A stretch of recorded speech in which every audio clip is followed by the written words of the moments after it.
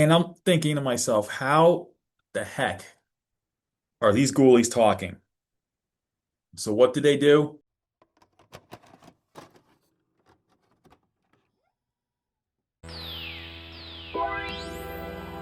Welcome to the Video Store Geek Podcast, where your friendly neighborhood world film geek Albert Valentine talks about films made and released during the golden age of the VHS era.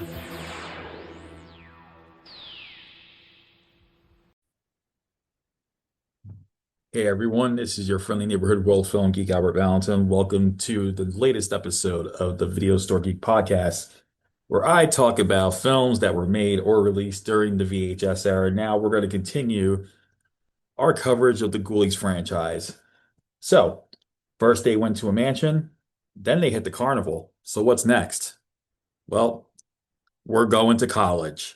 We're here to talk about Ghoulies Go to College, the 1990 straight-to-video sequel, directed by John Carl Buechler and starring Evan McKenzie, Ava LaRue, Kevin McCarthy, and John Johnston.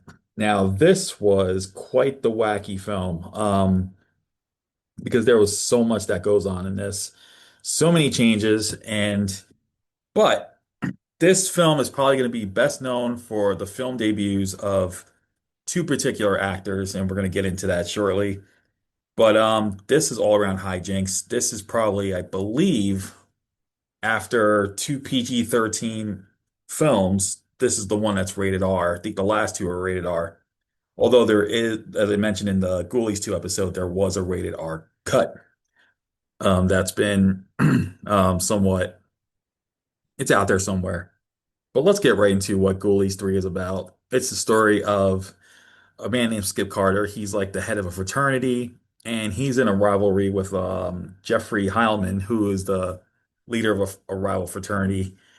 And Skip's girlfriend is Erin, played by Ava LaRue, and they have this kind of iffy relationship. And when ultimately she dumps him for Jeffrey, it kind of causes him to kind of go on the deep end. But this might sound like a typical college type movie, but as the movie indicates, we are going to get the ghoulies in this. And that is because there is this professor, Professor Ragnar, played by the awesome Kevin McCarthy. He somewhat unleashes the ghoulies when he finds, I think he finds the book that Jonathan had that caused the ghoulies. But here's something very strange with this one. We still have the puppets. We still have the ghoulies playing the puppets here. But what happened was these ghoulies talk. And I'm thinking to myself, how the heck are these ghoulies talking? So what did they do? Of course, they're going to start wreaking havoc on campus. And they're doing it under Ragnar's orders because Ragnar kind of is getting sick of basically all the fraternity hijinks, all the college pranks, because the two fraternities are in a prank war with each other constantly. And Ragnar just had enough, and he just wants to start causing these ghoulies to start killing people basically for his own pleasure. So that's what happens. And of course, it's up to Skip and Aaron to try to find out how to stop the ghoulies along with Skip's frat buddies. Because let's just face it, Jeremy and his cronies, they're a bunch of tools in this. Think of it as like, think of Skip as Van Wilder and think of Jeremy as Dick or Richard, excuse me, from Van Wilder, if you know what I'm talking about. But interestingly enough, originally Ghoulies Go to College was supposed to be a theatrical release. Unfortunately, it didn't happen. It fell through, so it ended up going straight to video by Vestron Video. And yeah, this is a crazy movie, but we do need to mention um, that this film is best known now for not only being the third of the franchise and the Ghoulies talking, but we got to talk about two actors in particular because they made their film debuts in this. So the first one I'm going to talk about is actually Richard Kind. If you don't know who that is, he's best known for TV series such as Mad About You. I believe he was on Spin City. I could be wrong. Yep, Spin City. And he actually voices one of the ghoulies in this. He's the voice of the cat ghoulie. Bob Bergen voiced the rat ghoulie, and Patrick Penny would play the fish ghoulie. So there's only three of them in this one. And but yeah, they are voicing them in this. But if you think that gets wild, wait till we talk about number four, because that's just bat crazy, batshit crazy. But the other person we need to talk about is now of you could say he's an icon of the horror genre because he was personified by now I want to say one role originally in the genre, but now I could say two. Matthew Lillard makes his debut in Ghoulies Go to College. He plays one of Skip's frat buddies named Stork. And he's kind of a nerdy type of character. And yes, I will give a little spoiler here. His character does not die, so don't worry, fans. That doesn't happen. But his character is named Stork, and he's kind of like the Lewis Skolnick type of goofy guy in this. But when you see the credits, you will not see the name Matthew Lillard. He actually was credited under the name Matthew Lynn in the credits. That's what you're going to find interesting. But yes, as you all know, 6 years after this, Matthew Lillard would play Stu Macher, aka one of the original Ghostface in Scream. And today he is known for playing William Afton in the Five Nights at Freddy's movies based on the video games. So there's that. But there's some also familiar faces in this film. You got Patrick Labrador who plays Mookie, Evan Skip's best buddy there. You have Hope Marie Carlson who plays Veronica, kind of like the a bimbo-ish type character of, and you have Jason Scott Lee who 3 years after this movie would play the iconic Bruce Lee in Dragon: The Bruce Lee Story. And Kyle is kind of the goofy. He's another of the goofy frat brothers of Skip. And of course, he also would go on to play. I'm sorry, voice David in Lilo and Stitch and also play the villain in the live action Disney's Mulan.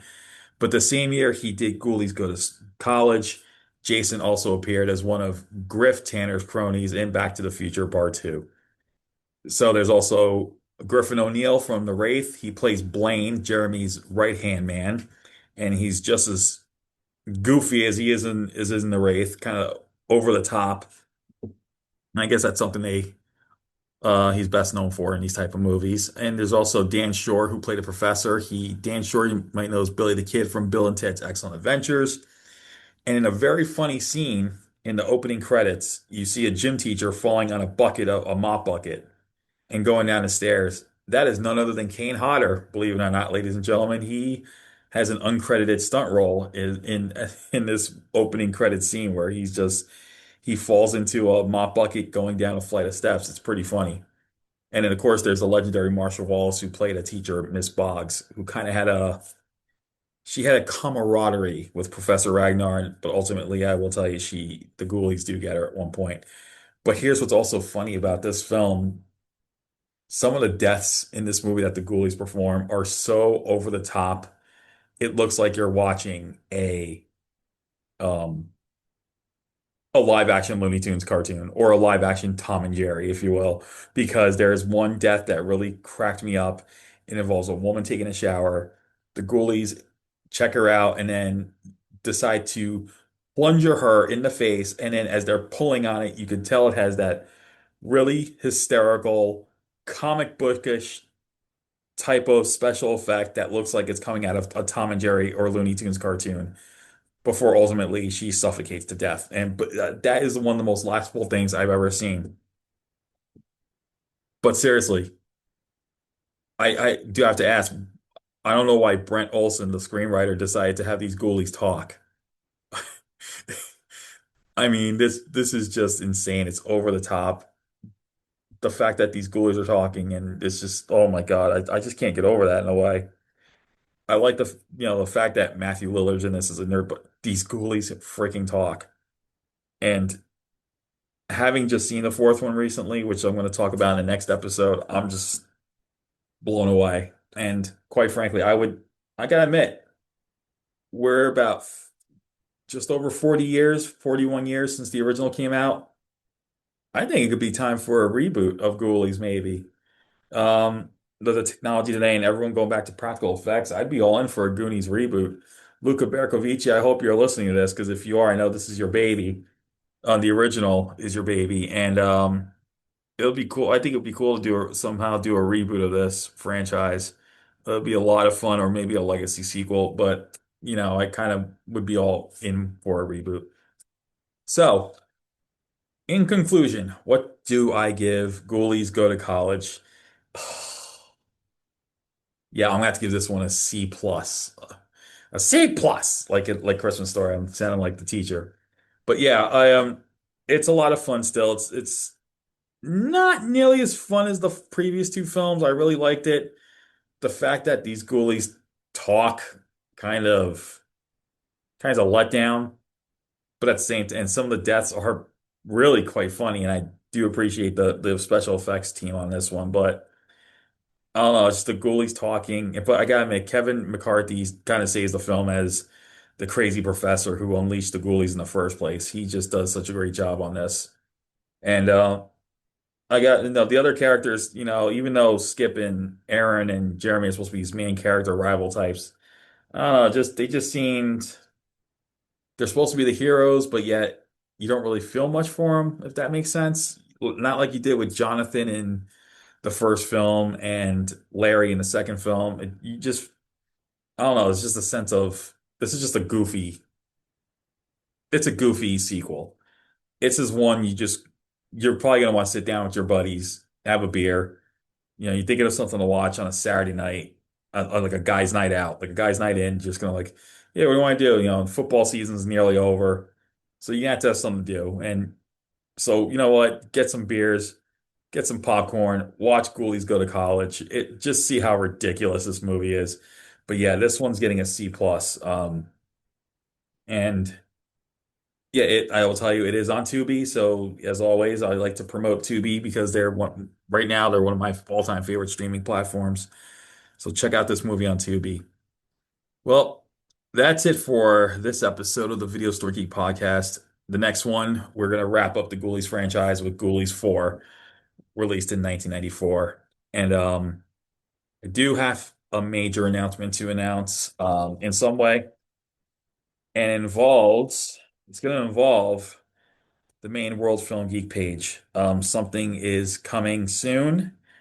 Um, on March 1st, there's going to be a major announcement, and it's going to change the outcourse of World Film Geek in a way. And it's just a spoiler alert. I'm not retiring. I'm not quitting. It's not one of those type of things, but it's something major, and I can't wait to share it with you guys on March 1st. But I think it's going to be really exciting.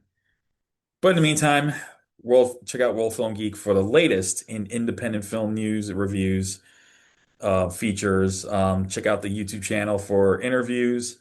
Check out the World Film Geek Hall of Fame in July, of course. And also check out the Video Store Geek podcast on YouTube and Spotify. We're on both platforms right now.